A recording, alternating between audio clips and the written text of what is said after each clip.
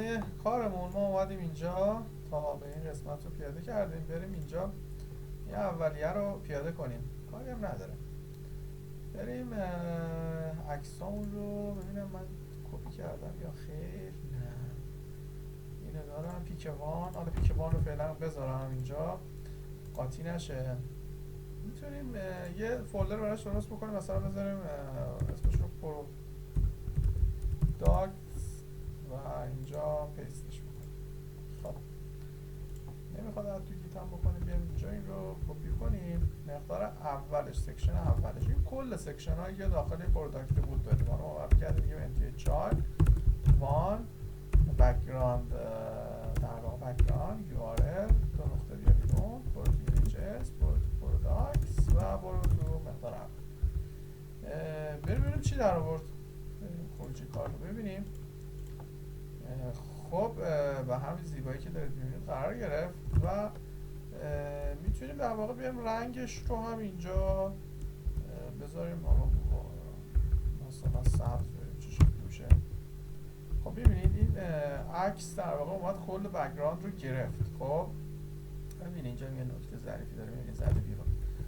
شما مقدار سنتر و نو ریپیت رو بذارید براش، نمیخواد فیکسش بکنید. خب نو ریپیت رو که گذاشتم کل در واقع عکس رو اومد گذاشته، چند تا مقدار نبودش. خب احتمالاً عکس یه بیت هیت آره میبینید 580 و 1200 بود، شو دقیقا مقداری بود که ما قرار دادیم.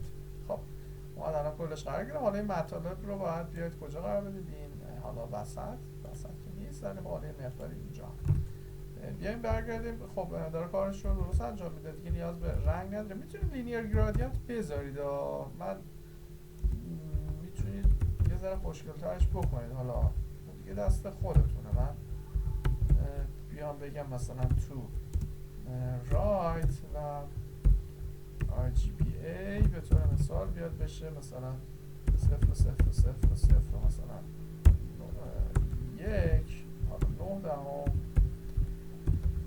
بره به RGBA. البته ما تست نمیخوام ببینم خوب میشه 0.000 مثلا این. خب و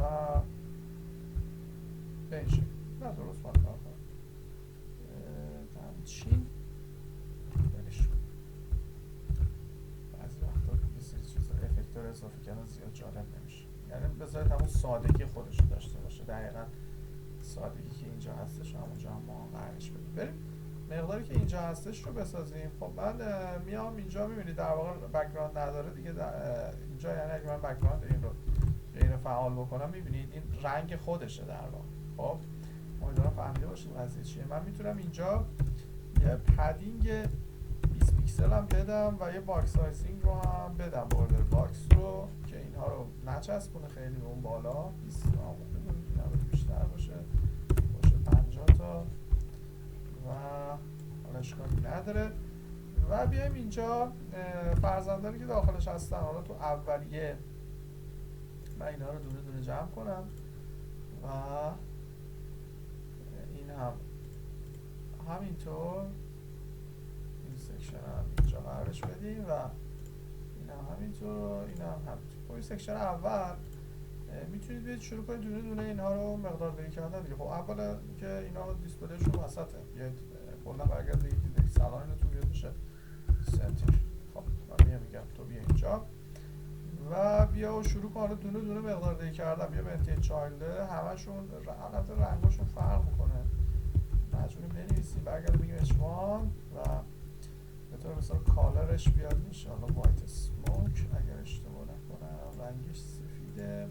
بله سفیده، این سفید رنگه. خب این خاکستری رنگه، اینم که من میام برمیگردم میگم وایت اسموک وایسا و فونت فامیلیش رو هم بکن همون کمیک یا اریال بود، اریال نه رو بزنیم چی مدلی میشه بعدم نمیشه.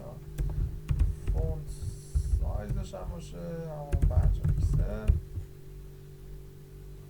بس، نه 40 و بقیه رو هم همینجوری کپی ایشون میشه 3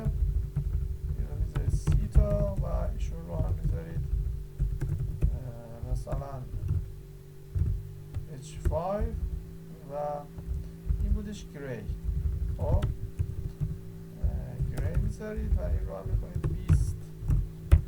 اینم به این صورت. البته یه نکته هم باید در نظر بگیرید، مارجین باتن در حد 10 پیکسل هم باید در نظر بگیرید.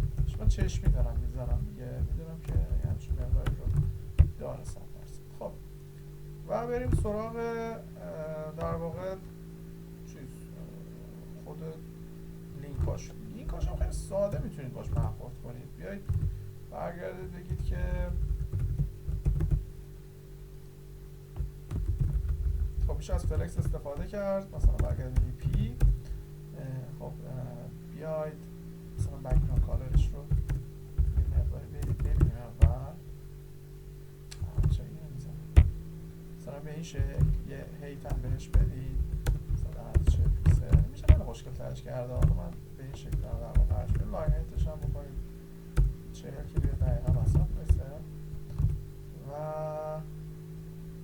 بیایید رنگ که نمیخوام بهش بدیم اصلا که شک نکنید رنگ نداره.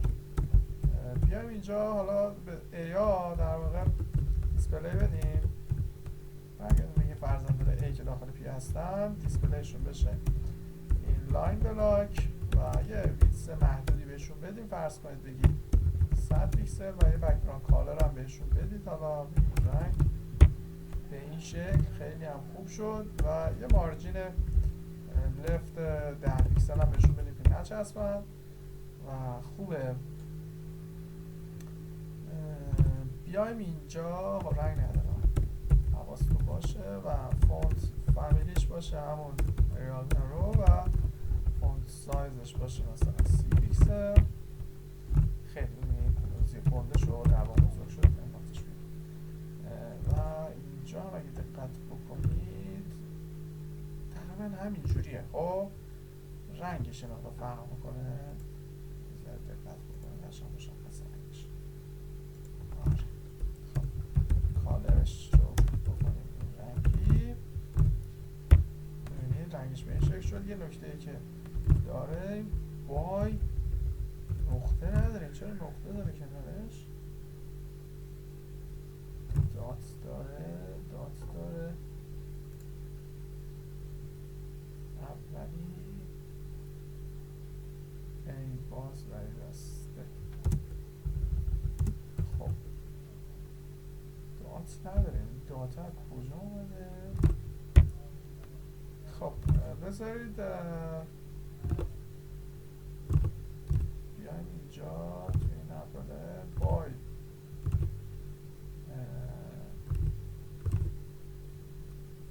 فونت سایزش هم بزرگ نیست، فونت سایزش هم 18.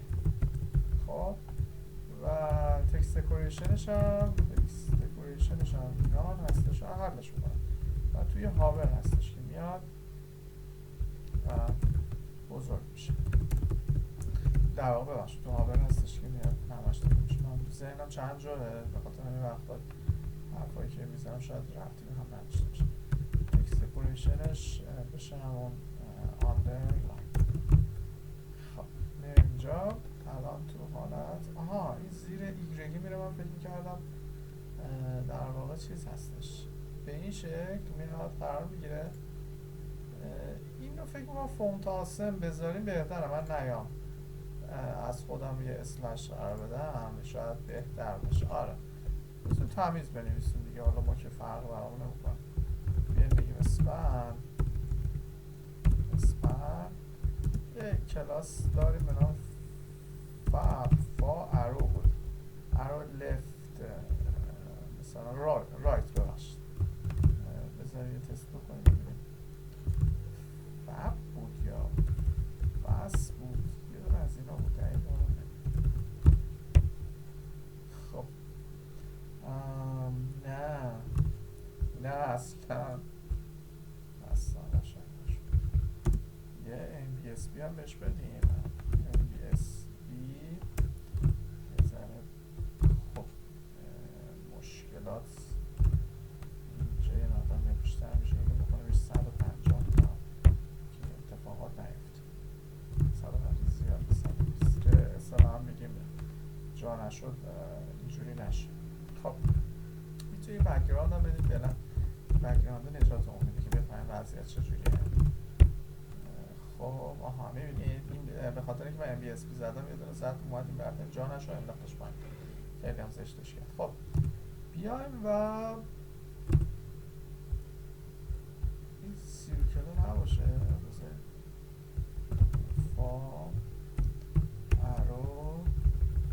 ارو رایت فکر کنم این ساده شه. بریم تو چیز دیگه، بریم تو فانتاسی و آیفون. من فکر میکنم غیر فعال هم هست. بله خب من فیلم رو نگه میدارم که فعال شد، چون تلگرام احتمال داره پیام بیاد، پیام نیفته توی فیلم نگهش میدارم که پیداش بکنم بعد ادامه میدم. خب پیدا شد. توی اینجا همون مقدار چورون که داریم میتونه مقدار خوبی باشه. من پیداش کردم و استفاده کردم و آمدم ادش کردم. ببینید همین چورون رو بذارید براش، مقدار چورون خوبه. یه دونه دیگه هم بودم اون انجل هم هست، من انجل رو استفاده نکنیم. بک‌گراند رو برداریم و الان یه رفرش بکنیم ببینید به این شکل قرار میگیره. برای بای هم همینطور باید باشه. برای بای هم میتونیم به این شکل قرارش بدیم. این رو میتونید در واقع سایزش رو کمتر بکنید دیگه که یه مقدار مثل در واقع تو تگ A هستش دیگه، نیاد اندازه فونت سایز تگ A رو بگیره. خب اینا نکات ریزوکاری هستش که باید حواستون باشه. بیاین اینجا برگرد بگید اسپن، مقدار در واقع اسپنی که دارید تو تگ A، اینجا دو تا تگ A دارید، حالا به همش هر جفتشون میاد یه مقدار اعمال میکنه. میتونید برگرد بگید تگ مثلا اولی، مثلا برگرد بگید انتی چایلد اولی و بیاد این مقدار رو بگید. نیاز نیست چون اینقدر سخت نیستش که بیاد حتما خیلی تاثیر داشته باشه. من مثلا این رو میام میکنم 12 پیکسل دارم میبینم تاثیرش رو میذاریم. میبینید کمتر شد، کوچیک‌تر شد و دیگه به این چیز نه، از این در واقع اولویت نمیگیره. بیایم و برای این هم همین رو قرار بدیم دیگه. تو اسپن این بیایم بگیم اسپن و کلاس فاس فا چورون رایت رو قرار بدیم. این هم الان باید به همین شکل بیاد قرار بگیره. خیلی هم خوب شد. خب میتونید MBSP رو برای این بذارید که حالا نچسبه بهشون. شما تا قیامت هم اینجا چیز بزنید، اسپیس بزنید، روی تاثیر نداره. اگه بخواد فاصله بگیره امپرسان MBSP رو بذارید که بیاد به این شکل ازش فاصله بگیره. خب این خوب شد. بریم دومی رو پیاده بکنیم. یکی در میون قشنگ تر و تمیز سریع پیاده شد.